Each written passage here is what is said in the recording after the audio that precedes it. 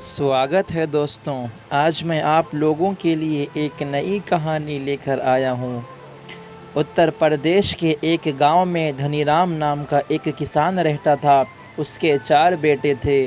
धनीराम अपना घर चलाने के लिए अपने खेत में दिन भर मेहनत करता रहता, लेकिन उसके चारों बेटे बहुत ही आलसी थे। वो लोग खेत में कभी भी काम करना नहीं चाहते थे। वो सारा दिन अपना समय गांव में इधर उधर बिता दिया करते थे। एक दिन धनीराम अपनी पत्नी से बोला कि आज तो मैं ज़िंदा हूँ तो सब कुछ सही चल रहा है, लेकिन मेरे मरने के बाद कौन खेती करेगा? हमारे बच्चों ने तो आज तक खेतों में कदम तक नहीं रखे हैं। धनीराम की पत्नी ने इस पर कहा, कोई बात नहीं, धीरे धीरे यह काम करने लगेंगे।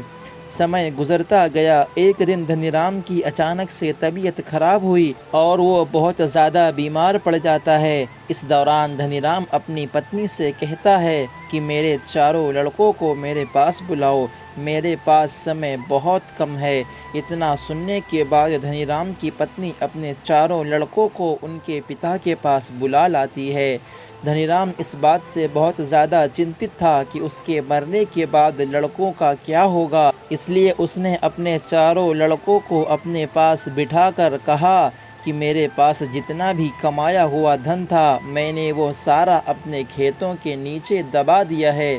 जब मैं इस दुनिया से चला जाऊं तो मेरे बाद तुम खेत में से सारा दबाया हुआ खजाना निकाल कर आपस में बांट लेना।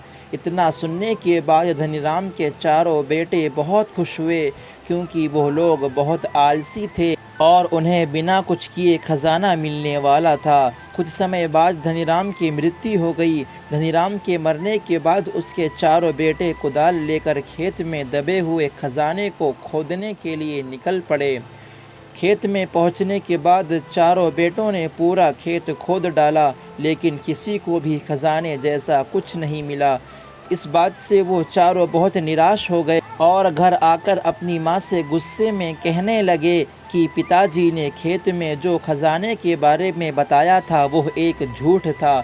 हम चारों ने बड़ी मेहनत से पूरा खेत खोद डाला, लेकिन हमें खेत में कोई भी खजाना नहीं मिला।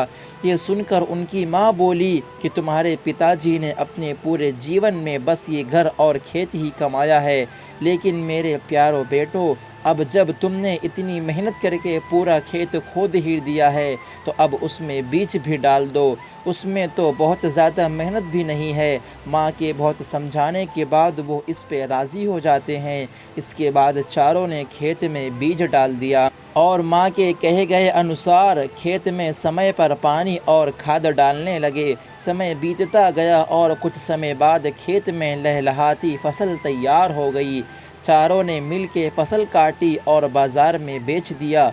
उससे जो भी पैसा मिला उन्होंने लाके अपनी माँ के हाथों में रख दिया और माँ ने सबको बराबर बराबर बांट दिया। फिर माँ ने कहा कि बेटा, तुम्हारे पिताजी तुम्हें यही समझाना चाहते थे कि जो हम मेहनत करते हैं उसके बदले में ही हमें खजाना मिलता है। दोस्तों, इस कहानी से हमें ये सीख मिलती है कि अगर हमें अपने जीवन में सफल होना है तो हमें मेहनत करनी चाहिए। अगर कोई भी व्यक्ति ज़्यादा आलस करता है तो वो अपने जीवन का कीमती समय बर्बाद कर रहा होता है और वो कभी भी सफल नहीं हो सकता।